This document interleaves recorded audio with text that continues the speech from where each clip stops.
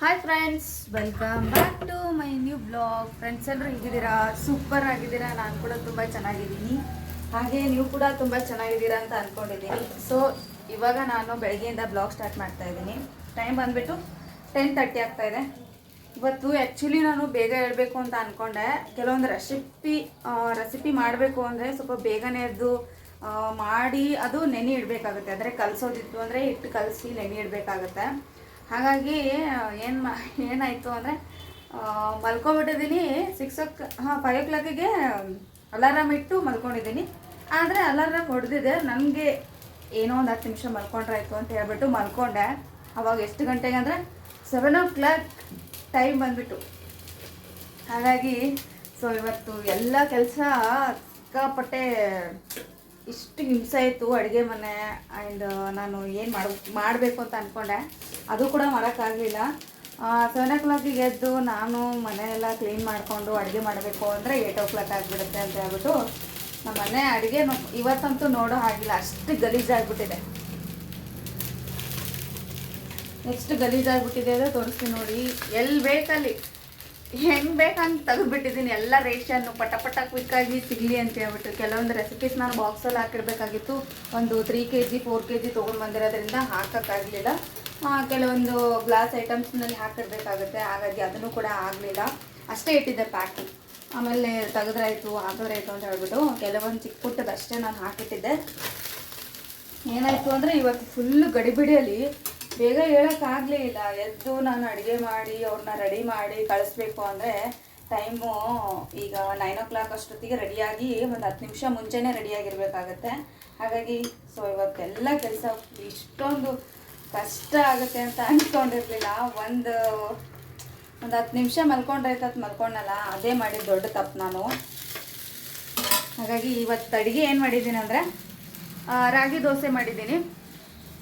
Ragi dosa and lemon rice ಎರಡೂ ಮಾಡಿದ್ದೀನಿ. But ಸ್ವಲ್ಪ ಯಜಮಾನರು ಸಹಾಯ ಮಾಡಿದ್ರು. ಅವರು ಕಲಸಿ ಹಿಟ್ಟು ಕಲಸೋದಕ್ಕೆ, ಆಮೇಲೆ ರೈಸಿಗೆ ಇಟ್ಟಿದ್ರು. ರೈಸ್ ನಾನು ಒಗ್ಗರಣೆ ಹಾಕಿದೆ.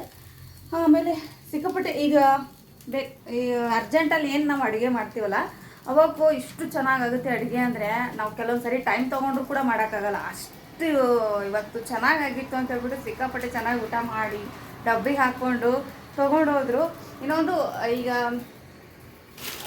ಬ್ರೆಡ್ ತರಿಸಿದ್ದೆ, ರಾಗಿಯಲ್ಲಿ ಇಟ್ಬಿಟ್ಟು ಮಾಡೋಣ ಅಂತ ಹೇಳ್ಬಿಟ್ಟು.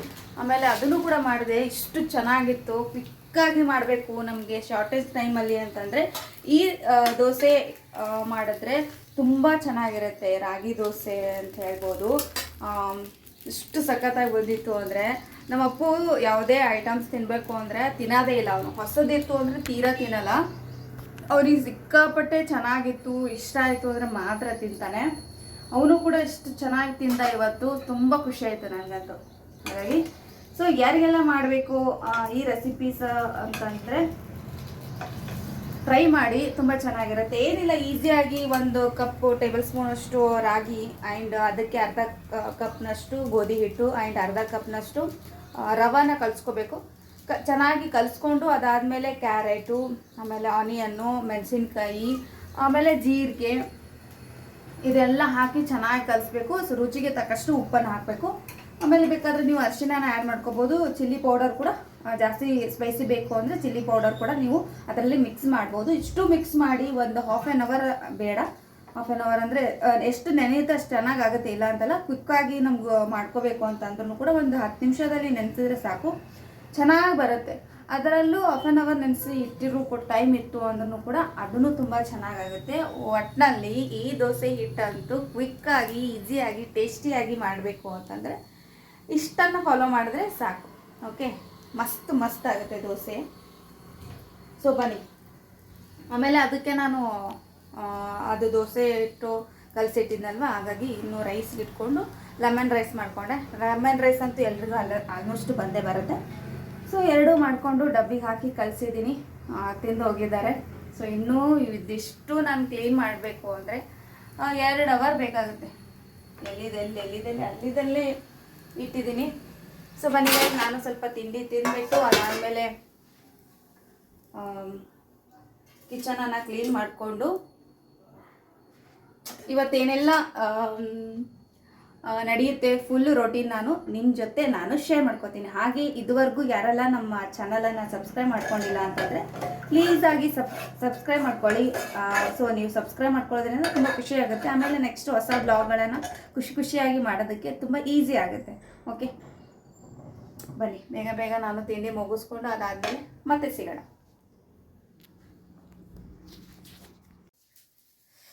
ಫ್ರೆಂಡ್ಸ್, ಇವಾಗ ನಾನು ದೋಸೆ ಆ್ಯಂಡ್ ಮೆನೂಸ್, ದೋಸೆ ಜೊತೆ ಯಾವ ಚಟ್ನಿ ಅಂತಂದರೆ ಗ್ರೀನ್ ಚಟ್ನಿ ಕೂಡ ಮಾಡ್ಕೋಬೋದು. ಆ್ಯಂಡ್ ಇನ್ನೊಂದು ಮೆನೂಸ್ ಕೂಡ ಹಾಕ್ಕೊಳ್ಬೋದು. ಅದ್ರ ಜೊತೆ ಸ್ವಲ್ಪ ಲೈಟಾಗಿ ರೈಸ್ ತೊಗೊಂಡಿದ್ದೀನಿ. ಟೇಸ್ಟ್ ಮಾಡಿದೆ ಇಷ್ಟು ಸಖತ್ತಾಗಿತ್ತು, ತುಂಬ ಚೆನ್ನಾಗಿದೆ. ಒಂದ್ಸರಿ ಟ್ರೈ ಮಾಡಿ ನೋಡಿ ರೆಸಿಪಿನ. ನೀವು ನಿಮ್ಮ ಮಕ್ಕಳು ಪದೇ ಪದೇ ಮಾಡಿಕೊಂಡು ಊಟ ಮಾಡ್ತೀರ, ಅಷ್ಟು ಚೆನ್ನಾಗಿರುತ್ತೆ. ಓಕೆ, ಕ್ವಿಕ್ಕಾಗುತ್ತೆ ಮತ್ತು ಈಸಿ.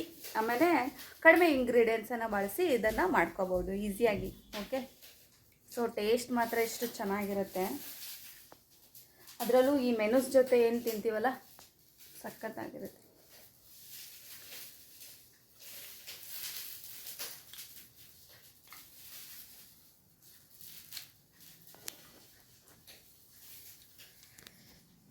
ಇಷ್ಟೊತ್ತನ ನಾಷ್ಟ ಆಯಿತು. ತಿಂಡಿ ತಿಂದು ಸ್ವಲ್ಪ ಹೊತ್ತು ಕೂತು ರೆಸ್ಟ್ ಮಾಡಿ ಅದಾದಮೇಲೆ ಡ್ರೆಸ್ ಚೇಂಜ್ ಮಾಡಿಕೊಂಡೆ. ಅದು ಒಂಥರ ಹಿಂಸೆ ಆಗ್ತಾಯಿತ್ತು, ಹಾಗಾಗಿ ಸ್ವಲ್ಪ ಚೇಂಜ್ ಮಾಡಿದೆ. ಸೊ ಸ್ವಲ್ಪ ಮಿರರು ಸಿಕ್ಕಾಪಟ್ಟೆ ಗಲೀಜಾಗಿಬಿಟ್ಟಿದೆ. ಹಾಗಾಗಿ ಇವತ್ತು ಕ್ಲೀನ್ ಮಾಡೋಣ ಅಂತ ಹೇಳ್ಬಿಟ್ಟು ಕ್ಲೀನ್ ಮಾಡ್ತಾಯಿದ್ದೀನಿ. ಇನ್ನೊಂದು ಇವತ್ತು ಸಾಯಂಕಾಲ ಊರಿಗೆ ಬೇರೆ ಹೋಗಬೇಕು. ನಾಳೆ ನಮ್ಮತ್ತೆ ಮಗಳಿಗೆ ತೊಟ್ಲಿಗೆ ಹಾಕ್ತಾರೆ. ಹಾಗಾಗಿ ಸೊ ಬ್ಯಾಗ್ ಪ್ಯಾಕ್ ಎಲ್ಲ ಮಾಡಬೇಕು. ಇನ್ನು ಯಜಮಾನ್ರಂತೂ ಬೆಳಿಗ್ಗೆನೇ ಹೋಗ್ಬಿಟ್ಟಿದ್ದಾರೆ ಅವರು.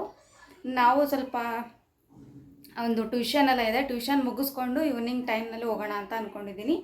ಆ್ಯಂಡ್ ಸೊ ಇಲ್ಲಿ ಬಂದಮೇಲೆ ಒಂದು 3 ಡೇಸ್ ಟೈಮ್ ಹೆಂಗೆ ಹೋಯ್ತು ಗೊತ್ತಿಲ್ಲ. ಇವು ಸ್ಕೂಲೇ ಮಧ್ಯದಲ್ಲಿ ಒನ್ ವೀಕ್ ಆಯಿತು. ಅಂದರೆ ಮೊನ್ನೆನೇ ಹೋಗಿ ಬಂದಿದ್ದಲ್ವ.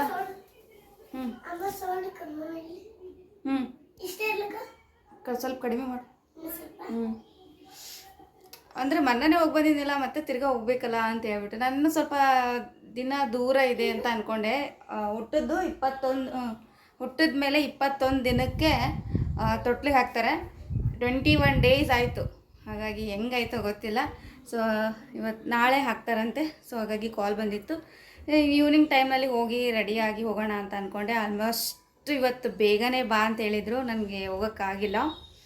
ಏನೋ ಒಂದು ಟ್ಯೂಷನ್ ಎಲ್ಲ ಬಿಡಿಸ್ಕೊಂಡು ಹೋಗಬೇಕು ಅಂತ ಅನ್ನಿಸ್ಲಿಲ್ಲ ನನಗೆ. ಇನ್ನೊಂದು ಅಷ್ಟೊಂದು ಏನು ಕೆಲಸ ಇರಲ್ಲ ಅಲ್ವಾ. ಹಾಗಾಗಿ ಸೊ ಗ್ರ್ಯಾಂಡ್ ಮಾಡ್ತಾರೋ ಸಿಂಪಲ್ ಮಾಡ್ತಾರೋ ಗೊತ್ತಿಲ್ಲ. ನಾಳೆ ಅಲ್ಲಿ ಎಷ್ಟು ಜನ ಬರ್ತಾರೋ ಅದ್ರ ಮೇಲೆ ಡಿಪೆಂಡ್ ಆಗಿರುತ್ತೆ.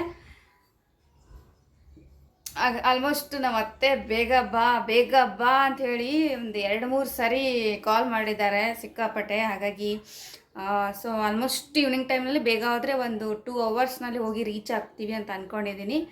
ಬನ್ನಿ ಬೇಗ ಇದಿಷ್ಟು ಕೆಲಸ ಮುಗಿಸ್ಕೊಂಡು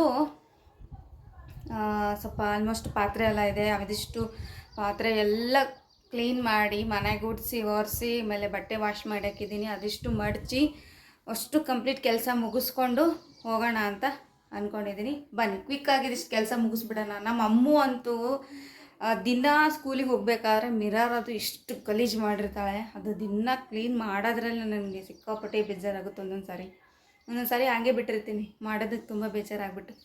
ಆಲ್ಮೋಸ್ಟ್ ಇವಾಗ ಕೆಲವೊಂದು ನೆಸೆಸರಿ ಇಲ್ಲದೆ ಇರುವಂಥ ಪ್ರಾಡಕ್ಟ್ಸ್ ಎಲ್ಲ ಇಟ್ಟಿದ್ದೀನಿ. ಅದನ್ನೆಲ್ಲ ಕ್ಲೀನ್ ಮಾಡಿ ಕೆಲವೊಂದು ಯೂಸ್ ಮಾಡೋದು ಮಾತ್ರ ಇಟ್ಟು ಉಳ್ಕಿದೆಲ್ಲ ಬಿಸಾಕ್ಬಿಡೋಣ ಅಂತ ಅಂದ್ಕೊಂಡಿದ್ದೀನಿ. ಯಾವ್ದು ಇಷ್ಟ ಆಗುತ್ತೋ ಅದು ತೊಗೊಂಬಂದು ಇಟ್ಬಿಡ್ತೀನಿ. ಅದು ಕಂಟಿನ್ಯೂ ಮಾಡ್ತೀನಿ. ಬಟ್ ಆದರೆ ಒಂದು ಸ್ವಲ್ಪ ಡೇಸ್ ಕಂಟಿನ್ಯೂ ಮಾಡಿ ಆಮೇಲೆ ಬಿಟ್ಬಿಡ್ತೀನಿ ಅದು. ಹಾಗಾಗಿ ಅಲ್ಲಿದಲ್ಲೇ ಕೂತ್ಕೊಂಡ್ಬಿಟ್ಟಿದೆ ಕೆಲವೊಂದು ಪ್ರಾಡಕ್ಟ್ಸ್ ಎಲ್ಲ. ಅದೆಷ್ಟು ತೆಗೆದುಬಿಟ್ಟು ಯೂಸ್ ಆಗೋಂಥದ್ದು ಮಾತ್ರ ಇಡ್ತೀನಿ. ಇನ್ನು ಲಿಫ್ಟಿಗೂ ಕೆಲವೊಂದು ಪೌಡರು ಕೆಲವೊಂದು ಏನು ನಾನು ಬಳಸ್ತೀನಲ್ಲ ತುಂಬ ಕಾಸ್ಟ್ಲಿ ಇರೋದು ಅದೆಲ್ಲ ಎತ್ತಿಟ್ಟಿದ್ದೀನಿ. ಯಾಕಂದರೆ ಡೈಲಿ ಇಲ್ಲಿಟ್ಟನೆ ಅಂದರೆ ಡೈಲಿ ಹಚ್ಕೊಂಬಿಡೋದು, ಅದು ಎಲ್ಲಿ ಬೇಕಲ್ಲಿ ಇಟ್ಬಿಡೋದು. ಕೆಲವೊಂದು ಪ್ರಾಡಕ್ಟ್ಸ್ ಎಲ್ಲ ಕಳ್ಕೊಂಬಿಡೋದು, ಎಲ್ಲಿ ಬಿದ್ದಿರುತ್ತೋ ಏನು ಗೊತ್ತಿಲ್ಲ. ಹಾಗಾಗಿ ಇಲ್ಲೆಲ್ಲ ಒಳಗೆ ಸಿಕ್ಕಾಪಟ್ಟೆ ಗಲೀಜಾಗಿಬಿಟ್ಟಿದೆ. ಏನಾದರೂ ಸಿಕ್ತು ಅಂದರೆ ಒಳಗಡೆನೇ ಹಾಕ್ಬಿಡೋದು. ಅವಳದೇನು ಹಚ್ಕೊಂಡಿರ್ತಾಳಲ್ಲ ಇನ್ನು ಮಮ್ಮಿ ಬೈತಾಳೆ ಅಂತ ಹೇಳ್ಬಿಟ್ಟು ಒಳಗಡೆನೇ ಹಾಕ್ಬಿಟ್ಟಿರ್ತಾಳೆ. ಬನ್ನಿ ಗಾಯ್ಸ್, ಇವಾಗ ಹೋಗಿ ಬೇಗ ಕ್ವಿಕ್ಕಾಗಿ ಇಷ್ಟು ಮಿರರ್ ಪಟ್ಟ ಅಂತ ಹೇಳಿ ಕ್ಲೀನ್ ಮಾಡಿಬಿಟ್ಟು. ಇನ್ನೂ ಒಂದು ಏನು ಗೊತ್ತಾ, ನಾನು ಒಂದು ಬ್ಲೌಸ್ ಹೊಲ್ದಿದ್ದೀನಿ, ನಾಳೆ ಹಾಕ್ಕೊಂಡ್ರಾಯ್ತು ಅಂತ ಹೇಳ್ಬಿಟ್ಟು ಜಸ್ಟ್ ಇವಾಗ ಹೊಲಿದೆ. ಬಟ್ ಕಟ್ಟಿಂಗ್ ಮಾಡುವಾಗ ಹೊಲಿಯುವಾಗ ವಿಡಿಯೋ ಮಾಡಿಲ್ಲ. ಇದು ಬಹಳ ದಿನದಿಂದ ಹೊಲ್ಕೋಬೇಕಂತ ಅಂದ್ಕೊಳ್ತಿದ್ದೆ, ಬಟ್ ಆಗಿರಲಿಲ್ಲ. ಇದು ಸಾರಿ ನಮ್ಮಮ್ಮ ನನಗೆ ಯಾವಾಗೋ ಕೊಟ್ಟಿದ್ದು, ಬಟ್ ಅಷ್ಟೊಂದು ನೆನಪಿಲ್ಲ ನನಗೆ. ಏನಿಲ್ಲ ಅಂದರೆ ನಿಜ ಹೇಳಬೇಕು ಅಂದರೆ ಒಂದು 5-6 ವರ್ಷರೇ ಆಗಿರಬೇಕು ಅಂತ ಅನ್ಕೋತೀನಿ. ಈ ಸಾರಿನ ನಾನು ತೊಗೊಂಡು ಕಾಟನ್ ಇದೆ ಆ್ಯಂಡ್ ಈ ಮೆಹಂದಿ ಕಲರ್ ನನಗೆ ತುಂಬ ಇಷ್ಟ ಅಂತ ಹೇಳ್ಬಿಟ್ಟು ಅವ್ರ ಹತ್ರ ಇಸ್ಕೊಂಡಿದ್ದೆ. ಹಾಗಾಗಿ ಸೊ ಇದನ್ನು ಇವಾಗ ಹೊಲ್ಕೊಂಡೆ. ಏನಿಲ್ಲ, ಸಿಂಪಲಾಗಿ ಹೊಲ್ಕೊಂಡಿದ್ದೆ. ನನಗೆ ಆಲ್ಮೋಸ್ಟ್ ಗ್ರ್ಯಾಂಡು ಈ ಥರ ಚುಚ್ಚೋ ಥರ ಆ ಥರ ಇಷ್ಟ ಆಗಲ್ಲ. ಹಾಗಾಗಿ ಸೊ ಸಿಂಪಲಾಗಿ ಹೊಲ್ಕೊಂಡಿದ್ದೀನಿ. ತೋರಿಸ್ತೀನಿ ನೋಡಿ. ಇದು ಫ್ರಂಟು. ಇನ್ನು ಸ್ಲೀವ್ ಬಂದುಬಿಟ್ಟು ನಾನು ಹಾಫೇ ಇಟ್ಕೊಂಡಿದ್ದೀನಿ. ಈಗ ಫುಲ್ಲು ಸ್ಲೀವ್ ಹಾಕ್ಕೊಂಡು ಬೇಜಾರಾಗಿಬಿಟ್ಟಿದೆ ಸಿಕ್ಕಾಪಟ್ಟೆ. ಇದು ಆದರೆ ಎಷ್ಟು ನಾವು ಸಿಂಪಲ್ ಹೊಲ್ಕೋತೀವೋ ಅಷ್ಟು ಸಾರಿ ಯೂಸ್ ಆಗುತ್ತೆ. ಕೆಲವೊಂದು ಸಾರಿಗಳೆಲ್ಲ ಗ್ರ್ಯಾಂಡಾಗಿ ಚೆನ್ನಾಗಿ ಕಾಣಬೇಕು ಅಂತ ಹೇಳ್ಬಿಟ್ಟು ಹೊಲ್ಕೊಂಡಿರ್ತೀವಿ. ಅದು ಏನಾಗುತ್ತೆ ಅಂದರೆ ಕೆಲವೊಂದು ಫಂಕ್ಷನ್ಗಳಾಗಿರ್ಬೋದು, ಕ್ವಿಕ್ಕಾಗಿ ಎಲ್ಲಿಗಾದ್ರೂ ಹೋಗಬೇಕು ಅಂತಂದರೆ ಆ ಟೈಮ್ನಲ್ಲಿ ಅಂಥ ಸಾರಿಗಳನ್ನು ನಾವು ಉಟ್ಕೊಳ್ಳೋದೇ ಇಲ್ಲ. ಇನ್ನೂ ಒಂದು ಚುಚ್ಚುತ್ತೆ ಅಂತ ಹೇಳಿಬಿಟ್ಟಿರ್ತೀವಿ. ಇನ್ನೂ ಒಂದು ಹಿಂಸೆಪ್ಪ, ಅದು ತೆಗೆದು ಉಟ್ಕೋಬೇಕಲ್ಲ. ಒಂದು ಸರಿ ಇಷ್ಟ ಆಗಿರೋ ಡಿಸೈನು ಇನ್ನೊಂದು ಸರಿ ಇಟ್ಕೊಳ್ಳೋಕೆ ಹೋಗ್ತೀವಲ್ಲ, ಆವಾಗ ಇಷ್ಟ ಆಗಲ್ಲ. ಆಲ್ಮೋಸ್ಟ್ ನಂದು ಏನಿಲ್ಲ ಅಂದರೆ ಒಂದು 100 ಅಬೌವ್ ಸಾರಿಗಳಿದೆ. 100 ಅಬೌವ್. ಮತ್ತು ನಾನು ಎಷ್ಟು ವರ್ಷ, ಒಂದು 2 ಇಯರ್ಸ್ ಬ್ಯಾಕು ಎಲ್ಲ ಎಣಿಸಿ ಇಟ್ಟಿದ್ದು ಸೀರೆದು.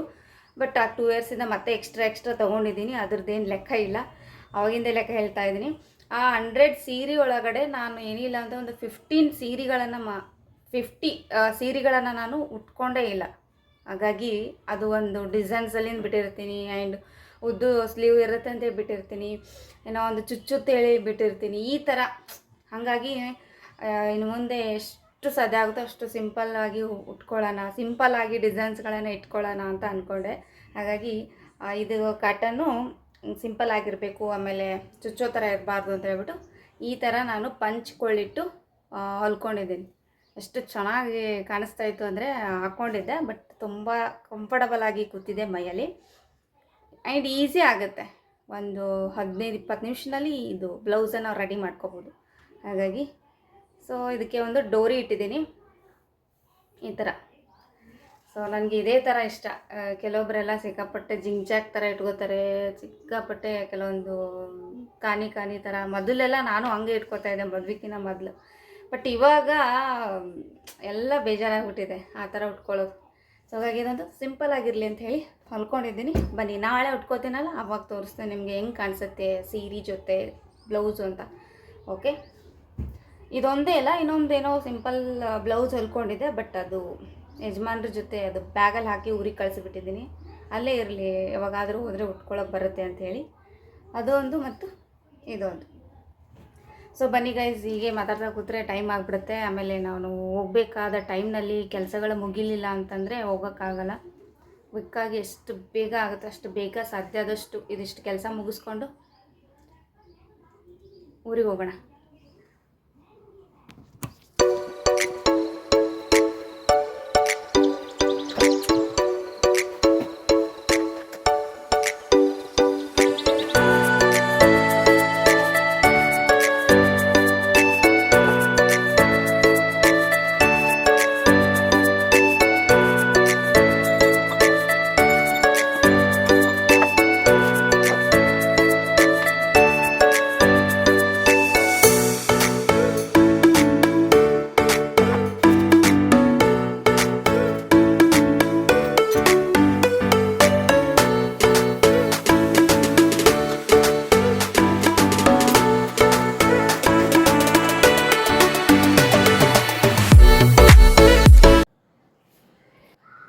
ಫ್ರೆಂಡ್ಸ್, ಫೈನಲಿ ನಾವಂತೂ ರೆಡಿ ಆಗಿದ್ದೀವಿ.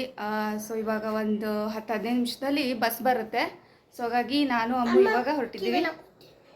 ಅಲ್ಲಿ ಗಾಡಿಯಾಗ ಹಾಕೋತಿತ್ತು, ಹಾಕೋ ಆಗೋದ್ರಲ್ಲಿ ಟೈಮ್ ಆಗ್ತದೆ ಹೋಗೋಣ. ಸೊ ಇವಾಗ ಕ್ವಿಕ್ಕಾಗಿ ಹೋಗಬೇಕು. ಒಂದು 10 ನಿಮಿಷದಲ್ಲಿ ಬಸ್ ಬರುತ್ತೆ. ಸೊ ಹಾಗಾಗಿ ಈ ಬ್ಲಾಗ್ ನಾನು ಮತ್ತೆ ಊರಿಗೆ ಹೋದ್ಮೇಲೆ ಅಲ್ಲೇ ಕಂಟಿನ್ಯೂ ಮಾಡ್ತೀನಿ.